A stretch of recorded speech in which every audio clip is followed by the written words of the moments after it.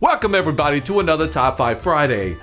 Well, it's that time to do a request, and this is a request for my top 5 favorite things in my collection. In terms of my favorite things, it has nothing to do with the value. So don't expect a top 5 list of my most expensive things. These are just things that I have an attachment to. I guess if there was a fire, the things that I'd probably try to pull out if I got a chance to even go to the game room at all, which I probably wouldn't. But anyway, let's get to the video. But before we do, this video is sponsored by Skillshare. And you know something, I have a script. I always use a script for these, and that's fine for some people. But I think I just want to talk to you guys about Skillshare. Straight up, me to you. I get offered tons of sponsorships. I turn most of them down. Skillshare, I didn't turn it down.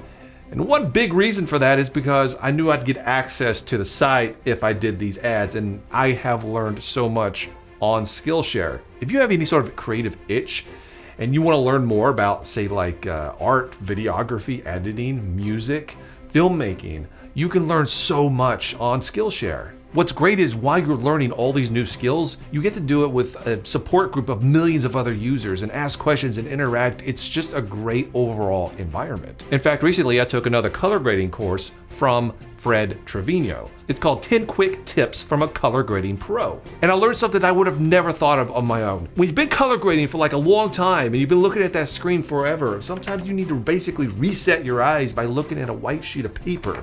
It just resets it, and I would have never thought about that. It just shows you the kind of cool stuff that you can learn on this website. Now, the first 1,000 people that click the link below and sign up will get a free trial of Skillshare Premium, which is super cool, and it really does help out the channel if you do that. But more importantly, it will help out you if you are looking to gain some new skills. Oh, it's Friday night. Don't know what I'm gonna do tonight. I could sit here and pick my nose while I watch a brand new video. Whoa, Top 5 Friday tonight. So I'm here in this little like Mario 3 section right here, and this first item I think is going to surprise a lot of people. It isn't a game. It's not an expensive game. It's not a game at all. It's this sucker right here, and it's something I kind of recently got. Greg from Game Bros in Houston gave this to Jay, and then Jay ended up giving it to me. But it is a Mario 3 McDonald's. Now, it's not in the best shape. It is kind of falling apart a little bit. But this was on display at McDonald's when Mario 3 came out, and I need to clean it badly, but this was Happy Meal toys. So when you got a Happy Meal, you got one of these toys in your Happy Meal, and going to McDonald's as a kid was just magical. We didn't do it often, maybe a couple times a month, but when we did and I got a Happy Meal, it was a magical time. And during the time when we were going to McDonald's, while this was out and we saw this, and I remember seeing this in the store on display and just being so in love with Super Mario Bros. 3, with the game, and just I wanted to collect all these toys. Never did, but I just have so much nostalgia and so much memories seeing this thing in a McDonald's when we go in. Sometimes we'd go through the drive-thru and I wouldn't be able to gaze upon it. But when this was out, oh my God, I would just eat my kid's meal with everything scraped off except for the onions and the ketchup, and just stare at this thing and be like, that is so freaking cool. I can't wait to play Mario 3. Now, speaking of which, it's not actually on the list, but well, I even have the little Happy Meal boxes. I got these cheap too. I got these on eBay like last year, I think for like $5 a piece. It was crazy. And the dude had like tons of them, but they were not built. They were flattened. So I guess I ruined the value by shaping them into the boxes, but oh well, they're cooler like this. Yeah. McDonald's and Nintendo's the perfect pair. So next up is my Atari ST. I love this thing. Is it cheating to say the games too, like the whole collection? I think that's cheating. It's probably cheating, isn't it? I'll just stick with the console. This thing was magical back in the day, just like McDonald's.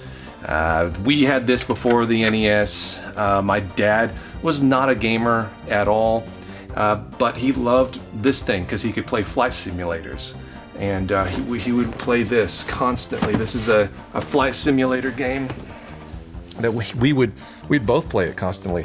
Had a frame rate of about, I don't know, five to six, it felt like, but it was still super cool. This Falcon, my God, we played this so much. Desert Storm was a thing at the time, and you know this was a lot of the missions and stuff were based off of that. But you're in a F-16 and you go and you run a bunch of different missions, and we would play this so much. Unfortunately, can't play it now unless I have this little thumb drive. It acts as an emulator drive, emulating the drive. So you can put the ROMs on here and it acts as the disk drive. Because the disk drive works, but half the games I own don't work because they're experiencing disk rot, and that's just going to be a thing that gets worse and worse and worse, unfortunately. You know, I guess you could play it on Windows, but who wants to do that? You got to play it on the original hardware. And I have this whole thing here set up. And it does remind me of how we had it set up because it was literally up against the wood paneling wall just like that. So this, when I sit down in this and I play with this, especially this one, it's not good. It's not a good game, but I do have so much nostalgia for it. And it's just like a time machine. When I get down and I actually play this thing, it's like a time machine, and I love it. That's all I can say. I just love this thing. So now here we are with the box stuff, and right here I have a lot of my box games, Super Nintendo, NES, stuff that I just really like and want to display. And every one of these games that are box, these are just the boxes. I have the games loose down here, so if I can get to them, I don't have to actually take them out of the box. These are just literal empty boxes because I think they're cool. I love retro games, so I want to display the box. I love boxes, I want to display the boxes. So. But there's one in particular that is on my list, and that is Gremlins 2. And it's not just box. This actually does have the game in it, but it also has never been opened. This is a sealed Gremlins 2, new in the box, still has the hang tag and all that good stuff. And I got this one early on in collecting. This was probably 14 years ago when I was on eBay. I saw it, somebody just newly listed it, and I picked it up, and I believe I only paid $30 for it. Crazy, I know, crazy to think that you can get a sealed NES game for that cheap, but you could get deals like that back in the day. I don't know if I just got lucky or that was just something not a lot of people were looking for or cared about, but either way, I got it, and this is one of my favorite games on the NES. Love this game so much, rented it several times when we were kids, and I can no death run this thing. I've played it so many times, but the fact that it is boxed, the fact that I'm a huge Gremlins fan, we all know it, I've said it so many times, right? It all adds into this is just a cool add-on for me, and one day I'll open it, but it's not going to be today. Alright, still over here with the NES stuff. I have one, I guess, rare game. This is the only rare game I have on my top 5, which is kind of weird. I'm sure some of you weren't expecting that, right? But of course, I have to give it up to Flintstones Surprise at Dinosaur Peak. This is just really super cool. I mean, it's cool because it is obscure, and it is cool having obscure things here and there. I definitely don't hold it as any sort of status symbol. I think if you do, then you're pretty much an idiot to hold anything over anybody's head, a piece of plastic. And I think I'll make a video on that here soon. But it is still cool if something is this obscure and you own it. Like, it's a little, I don't know. It's just cool. I can't explain it. But with that said, it wouldn't even be on my list if not how it was found. This was early on in the Game Chasers show. When this was found, it just kind of, I guess, got people watching, or eyes perked up, and was like, wow, you found something that rare out in the wild like that. And having it be found right under the J's nose like that, and have it be mispriced at at that game store. Mainly that's what it is having this story behind it. If it was just a rare game that I found out and about and, put it on the shelf, it's like, okay, it's cool, but, it wouldn't be on my top list. The fact that this has such a story behind it and how it was found and what it meant for the show and all that stuff, that's why it's on my list. And, to top it off, it's actually not a bad game either. So you can't really say that with a lot of rare games. You can with this one. This one's pretty good. So I would have to say that the number one item in my game collection that I have just the most attachment to, I think is the coolest, however you want to say it, it's this right here. This is my sealed Legend of Zelda Link to the Past. As you can see, it has the HC in it.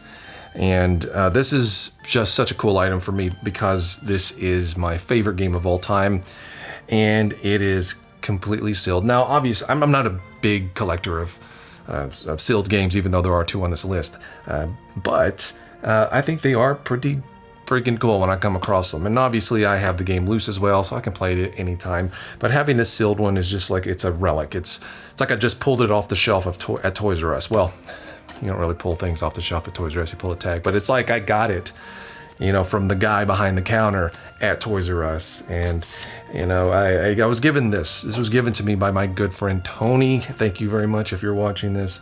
But this was several years ago that I received this. And my hope, I guess, or what I'm kind of thinking I'm going to do with this is maybe in like 10 years or 15 years when I'm just an old rickety man, I think I will open this up. I will open this up and I will smell a fresh, brand new Super Nintendo cart. I'll smell that air for the first time in a long time. And I kind of relive what it was like opening that up when I was like 14 or 15 when I first got this game, or 13, whatever it was. But yeah, this is number 1 on my list, and yeah, I just think it's super awesome. Now you might actually look at this big case right here and be wondering why it isn't on the list. No, I do like it. I think it's awesome, but these other things hold a little bit more coolness factor to me. And obviously there are tons of games in my collection that I really enjoy, like Super Mario Brothers 3 and Contra and Castlevania, everything up here as well too. But you can only pick 5, right? And since this is so special, it's sealed, and my favorite game, it's like it became kind of like a no-brainer. So yeah, that's my top 5 favorite things of all time in my collection. And who knows, maybe it'll change in a couple years depending on what I get. But this is what it is for now. Thank you guys for watching. I appreciate it. And let me know what you think and what you have that you consider your best favorite things in your collection as well. Take care. Thank you for watching. And if you want to subscribe, I guess hit the link up there or up here, wherever it is. Take care.